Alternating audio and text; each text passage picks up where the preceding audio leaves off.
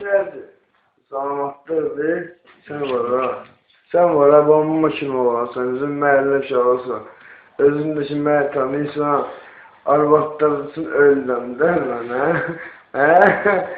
Kimi, sən yaxşı olansan, sən bizim məhəlləmizin bayrağısan, bayrağı. Bayraq nədir?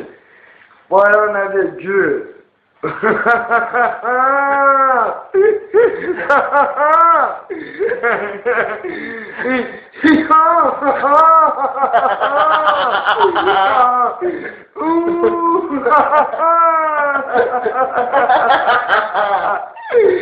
Hatta kaybollar. Kime? Ben bir iki güne Allah koysa Germaniye gelirəm. Allah koysa Armaqda. Orada qələmdə nə gətirirəm? Armaqdan, gözəllik maskalar. Bir deyəsən nə gətirirəm? Gözəl ət gətirirəm.